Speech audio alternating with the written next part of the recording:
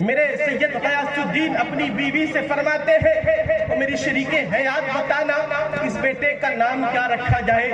شریک حیات فرماتے ہیں میرے شوہر غیاث الدین فرمائے اس لال کا نام کیا رکھا جائے. غیاث الدین فرماتے ہیں آپ بتائیں آپ کے لال کا نام کیا رکھا جائے. آپ فرماتی ہے جب سے یہ لال میرے شکم پاک میں آیا ہے, جب سے یہ نطفہ میرے شکم پاک میں آیا ہے, حاتم غیبی سے ندا رہی ہے اے غریب نواز کی ماں تو بھی مبارک ہو, تیری گود بھی مبارک ہو, تیری گود میں آنے والا بیٹا بھی مبارک ہو.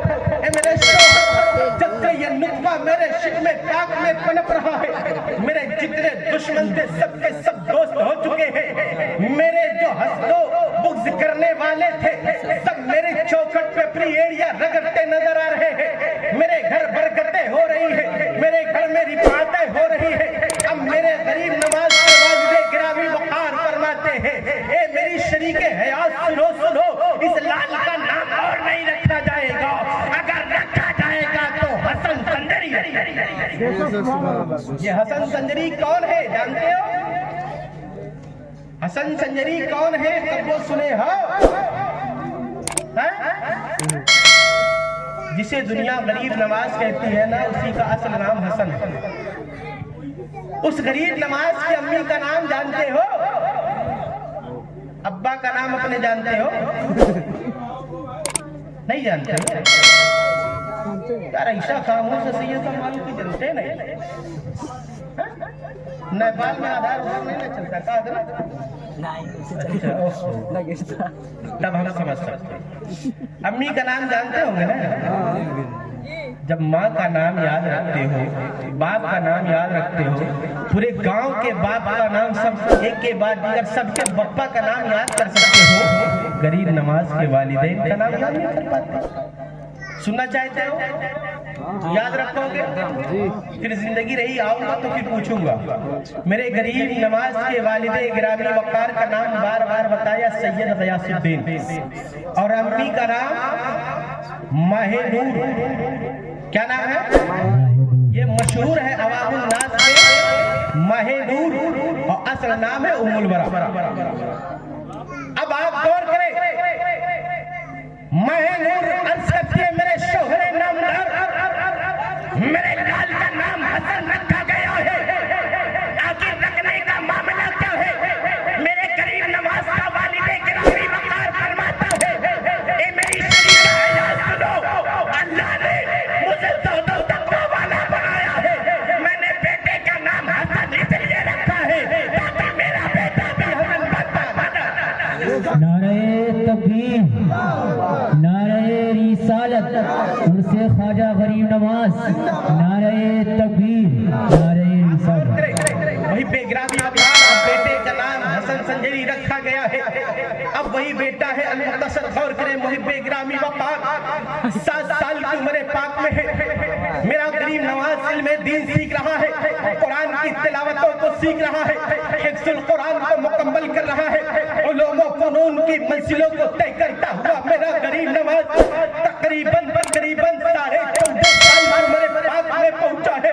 میرا غریب نواز ہے اور والد گرامی وقار ہے. میرے غریب نواز اپنے والد گرامی وقار کے پہلے پاک میں آرام فرما ہے. میرے والد گرامی وقار ہے اور غریب نواز کھیلتے جا رہے ہیں, باپ سے محبتیں کرتے جا رہے ہیں. اب 14.5 سال کی عمر پاک آئی ہے. میرے غریب نواز کے سر مبارک سے والد گرامی وقار کا سایہ رحمت اٹھ چکا ہے. اب میرا غریب نواز یتیم ہو چکا ہے. میرے غریب نواز کے سر مبارک سے باپ کا سایہ رحمت اٹھ چکا ہے. میں نے کہا ہے اے اللہ 14 سال کی عمر پاک میں غریب نواز کے والد گرامی وقار کو اٹھانے کی ضرورت کیا ہے؟ تو نبیوں کا امام فرماتا ہے نوری سن لے, ارے یہ تو 14 سال کا معاملہ ہے, میں 6 سال کے تیرے معاملے میں تھا میرے باپ کا انتقال بلا. آپ غور کریں نبی گرامی وقار کے والد گرامی وقار بھی دنیا سے گئے اور امام غریب نواز کے باپ دنیا سے چلے گئے. اب میں سمجھ گیا